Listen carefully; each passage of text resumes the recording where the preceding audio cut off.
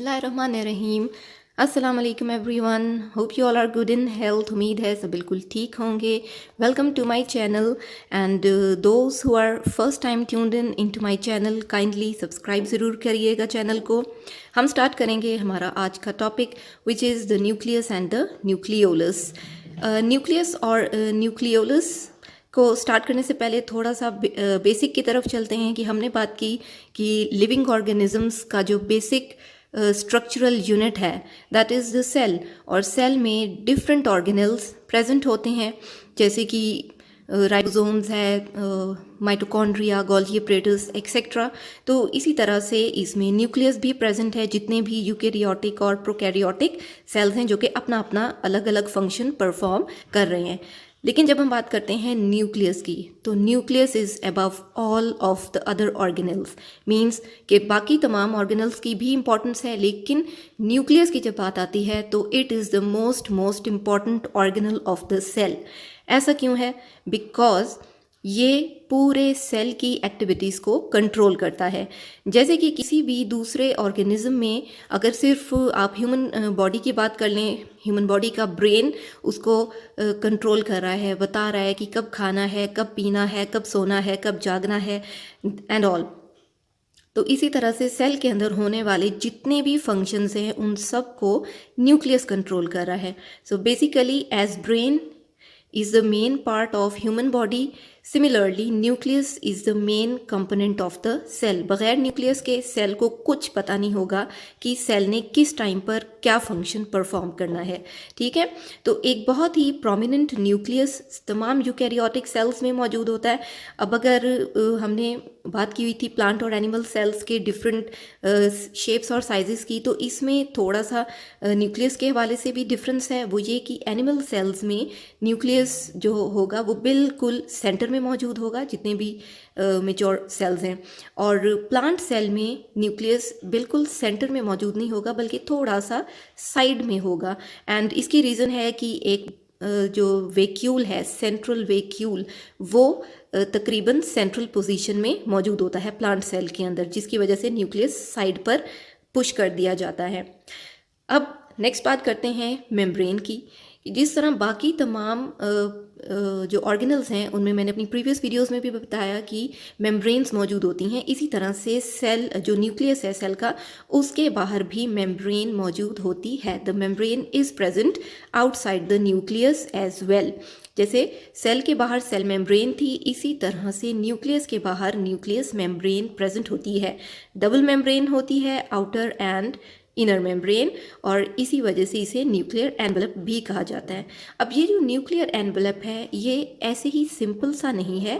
इस nuclear envelope के बीच में भी छोटे छोटे से स्मॉल पोर्स मौजूद होते हैं, बिल्कुल उसी तरह जिस तरह से सेल मेम्ब्रेन में मौजूद थे छोटे छोटे से पोर्स। और ये भी एग्जैक्टली उसी तरह से सेमी परमिएबल मेम्ब्रेन बनाते हैं। सेमी परमिएबल का मीनिंग क्या था कि कुछ चीज़ों को या सिलेक्टिव चीज़ों को बाहर से अंदर आने की परमिशन होगी और अंदर से बाहर जाने की परमिशन होगी। हर चीज़ आसानी से ना तो न्यूक्लियस के अंदर आ जाएगी और ना ही न्यूक्लियस के बाहर चली जाएगी। बाहर और अंदर आना कहाँ से है? अगर थोड़ा सा आप रिमाइंड करें सेल के स्ट्रक्चर को, तो सेल मेम्ब्रेन से अंदर लिक्विडी पोर्शन है साइटोप्लाज्म, और इस साइटोप्लाज्म के अंदर की तरफ यहाँ इसमें मौजूद है न्यूक्लियस। तो जाहिर है न्यूक्लियस से जो भी चीज़ बाहर आएगी वो पहले किस में एंटर होगी? साइटोप्लाज्म में। इसी तरह से साइटोप्लाज्म से जो भी चीज़ एंटर होनी है न्यूक्लियस में वो किसके थ्रू होगी? इसी सेमी परमिएबल मेम्ब्रेन के पोर्स के थ्रू। ठीक है, अब इन्हीं न्यूक्लियर एनवेलप के अंदर ग्रेन्युलर फ्लूइड मौजूद होता है जिसे कि न्यूक्लियोप्लाज्म कहा जाता है। फिर से सेम वही चीज़ कि जैसे सेल मेम्ब्रेन के अंदर की तरफ साइटोप्लाज्म है, इसी तरह से न्यूक्लियस की सेल जो मेम्ब्रेन है, न्यूक्लियर मेम्ब्रेन, उसके अंदर की तरफ भी एक फ्लूइड पोर्शन मौजूद है जिसे कि न्यूक्लियोप्लाज्म कहा जाएगा। फाइन, सेल मेम्ब्रेन के अंदर मौजूद फ्लूइड है साइटोप्लाज्म, और न्यूक्लियर मेम्ब्रेन या न्यूक्लियर एनवेलप के अंदर जो लिक्विड पोर्शन मौजूद है दैट इज़ द न्यूक्लियोप्लाज्म। अब ये जो न्यूक्लियोप्लाज्म है, अच्छा एक न्यूक्लियस या एक या दो जो न्यूक्लियोलाई कहलाते हैं, और अगर सिंगल हो तो फिर उसको हम न्यूक्लियोलस कहते हैं। अच्छा जी, इसी न्यूक्लियोप्लाज्म में जो है वो एक न्यूक्लियोलाई भी हो सकता है, दो न्यूक्लियोलाई भी हो सकते हैं। ठीक है, न्यूक्लियोलस भी हो सकता है और न्यूक्लियोलाई भी हो सकते हैं। और साथ ही साथ इसमें प्रेजेंट होते हैं the most important structural units of the cell and the nucleus which are the chromosomes. जी, ब्रेन क्यों कहा जा रहा है न्यूक्लियस को? क्योंकि इसके पास सारी इंफॉर्मेशन मौजूद है as the form of chromosome. और क्रोमोसोम में मैं आपको बताती चलूँ कि मौजूद होते हैं DNA the deoxyribonucleic acids. इतना तो आइडिया होगा आपको कि डीएनए जो है उसमें सारी बेसिक इंफॉर्मेशन मौजूद होती है हेरिडिटी की। हेरिडिटी मीन्स कि वो कैरेक्टर्स आपका जैसे स्किन कलर हो गया, आई कलर हो गया, हेयर कलर, आपकी हाइट, आपका वेट, ये तमाम जो बॉडी कैरेक्टर्स हैं ये किस तरह से पेरेंट्स में ऑफस्प्रिंग तक जो है वो ट्रांसफ़र किए जाते हैं, that is in the heredity. और हेरिडिटी जो है वो किस चीज़ को और हेरिडिटी जो है उसको कौन कंट्रोल कर रहा है? उसको कंट्रोल कर रहा है the DNA, and the DNA that is present in the chromosomes. अच्छा, न्यूक्लियोलस एक पार्ट है, डायग्राम में आप देख सकते हैं, ये डार्क सा एक पोर्शन, न्यूक्लियस ऑलरेडी एक डार्क पोर्शन है सेल का, और अब न्यूक्लियोलस का भी एक सेंट्रल डार्क पोर्शन है विच इज़ द न्यूक्लियोलस। ठीक है, थोड़ा सा क्लियर कर लें इस चीज़ को कि साइटोप्लाज्म के अंदर मौजूद है एक dark portion that is the nucleus, और न्यूक्लियस के अंदर इटसेल्फ मौजूद है एक और dark portion that is the nucleolus. ये एक डार्क स्पॉट है और ये भी बहुत इंपॉर्टेंट पार्ट है न्यूक्लियस का। वाई? बिकॉज इसके अंदर बनते हैं राइबोसोमल आरएनए। अब राइबोसोमल आरएनए बनना इम्पॉर्टेंट क्यों है? बिकॉज हमने कहा कि डिफरेंट जो मेटाबॉलिक रिएक्शंस हैं वो प्रोटीन सिंथेसिस करते हैं मेटाबॉलिक रिएक्शंस के दौरान। तो प्रोटीन सिंथेसिस का होना जितना सेल के लिए ज़रूरी है, तो राइबोसोमल आरएनए का बनना भी उतना ही ज़रूरी है। बिकॉज राइबोसोमल आरएनए न्यूक्लियोलस में बनने के बाद एंटर कर दिए जाते हैं न्यूक्लियोप्लाज्म में, और फिर वहाँ से ये बाहर साइटोप्लाज्म में एंटर करवा दिए जाते हैं, जहाँ पर ये प्रोटीन के साथ मिलकर जहाँ पर ये राइबोसोम के साथ मिलकर प्रोटीन्स बनाते हैं, एंड फाइनली उन प्रोटीन्स को फिर बाकी के सेल फंक्शंस के लिए यूज़ कर लिया जाता है फॉर गिविंग द एनर्जी। अच्छा जी, न्यूक्लियोलस के बाद बात करते हैं क्रोमोसोम्स की। क्रोमोसोम्स क्या हैं? क्रोमोसोम्स जो हैं वो सिर्फ सेल डिवीजन के दौरान जो है नज़र आ सकते हैं। ठीक है, हर सेल की फेज़ में ये मौजूद नहीं होंगे। ये डिफरेंट फेजेस हम अपने आगे आने वाली वीडियोस में ज़रूर डिस्कस करेंगे।